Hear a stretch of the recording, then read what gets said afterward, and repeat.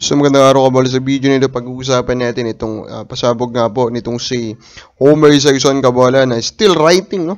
For spin.ph, and then of course nagsimula na po itong atin pong panibagong season, kaya marami na pong kaganapan dito po sa PBA na maganda pong pag-uusapan Kabola. So hindi pa nakasubscribe Kabola, pakipindot naman po yung subscription button. So for the recording of this video Kabola, nang gaganap lang po yung first game ever ni Stephen Holt, ang highly anticipated of course po na number 1 pick na atin pong most recent draft. And in a way, it was disappointing. Nanalo po ang Northport Batangbiyar kasi sumabog po yung kanila pong import. Pero overall, he was a fascinating player talaga. Ito pong si Stephen Holt.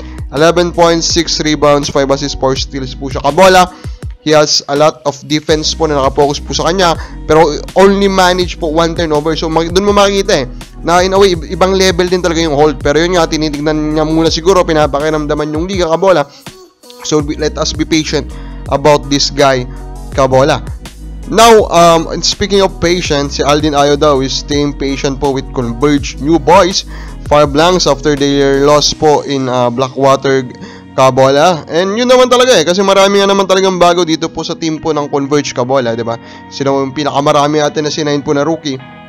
Then they also added a new face Kabola, free agent in Mactalio dun po sa team nila, and he is being assigned po a major role Kabola. So hindi nakakapagtaka na sila po yung mag-struggle, especially chemistry wise Kabola. Pero hindi rin naman talaga masama kung magtatalo sila, 'di ba? Kung talagang gusto po nila makuha si Baltasar, 'di ba? Kung magtatalo sila, it means tataas po yung kanila pong number 1 pick, ay yung pick pala nila Kabola for the upcoming draft, and that will make it higher na chance po na makuha po nila si Baltasar.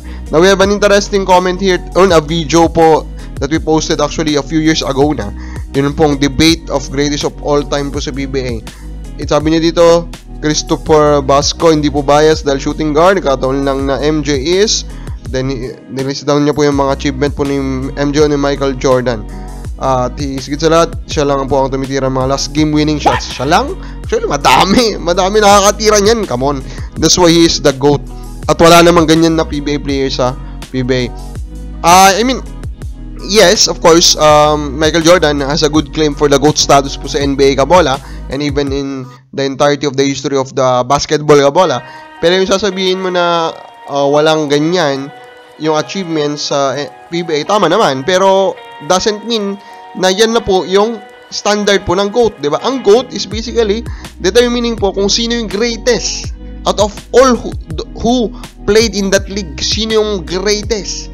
Hindi niya dapat pantayan po yung nagawa po ng isang player na naglaro sa ibang liga.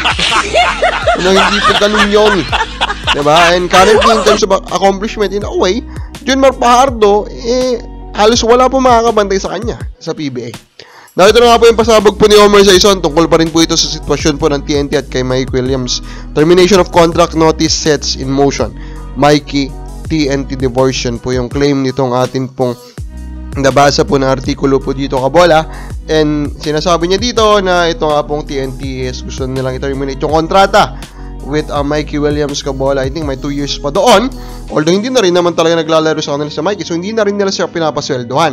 Ang unfortunate lang kay Mikey Williams, tineterminate po nila yung kontrato, pero it doesn't mean po na inuulog na po nila or pinapakawalan na po nila siya sa kanya pong rights Kabola. And dahil dyan, kung gusto man niya po maglaro sa ibang PBA teams and even in other leagues po na sanctioned by FIBA, kailanganin pa rin po niya na pakawalan po siya ng TNT. And I do not think na ganun po yung kadali. So in a way, Mikey Williams also took risk here, diba? Kasi sobra naman na kasi yung pag-push niya sa TNT. I mean, 2 taon na niyang ginagawa ito. Ay, pangatlong taon na to, basically, diba? Kasi isasama mo pa yung rookie season niya. Or before siya maglaro, I mean, dito sa PBA. So, matagal-tagal na din na ginagawa niya po ito, diba, sa PBA. So, hindi ka magtataka na mainis na rin po talaga yung PBA, and even them, may mapag-iisipan na po na baka siya nga po ay hindi po karapat-dapat sa PBA Kabola. Pero overall, kung ako naman po titingin, diba? Kung ikaw ang TNT, worth it ba ito? Kung naway kasi parang siya na po yung pangatlong player ata, if I'm not mistaken Kabola, na magkaka-issue po sila at sila yung matatalo, diba? So, si Ray Parks, pinakawalan din nila na wala pong kapalit Kabola. Si Terence Romeo, they needed to trade him for lesser value Diba? And now, this, Mikey Williams, diba? Pero kaysa naman mawala siya or hindi siya mapaglaro po na walang kapalit, diba? Mas better na lang na i-trade. Like, Hinebra, gustong maglaro dyan ni Mikey Williams and I'm pretty sure, kayang-kaya po silang bayaran po, diba? Ng kumpanya po ni Ramones, ang even San Miguel Beerman, kabola, diba? Kumbaga, ang ano ko lang dito, friendship naman na sila ni MVP, diba? So, para mas mapatatag pa, diba? Hindi magpatalo ka na lang sa trade, diba? At least may makukuha ka pa. Yun po na po yung nasa isip po natin with this current situation. I think it's still much better if you look at it. Na-trade na lang si Nebra kahit talo sila sa trade. O trade lang po sa San Miguel Beerman, kabole. Kabakabali sa plagay mo, anong dapat gawin po ng TNT? Comment lang po sa baba.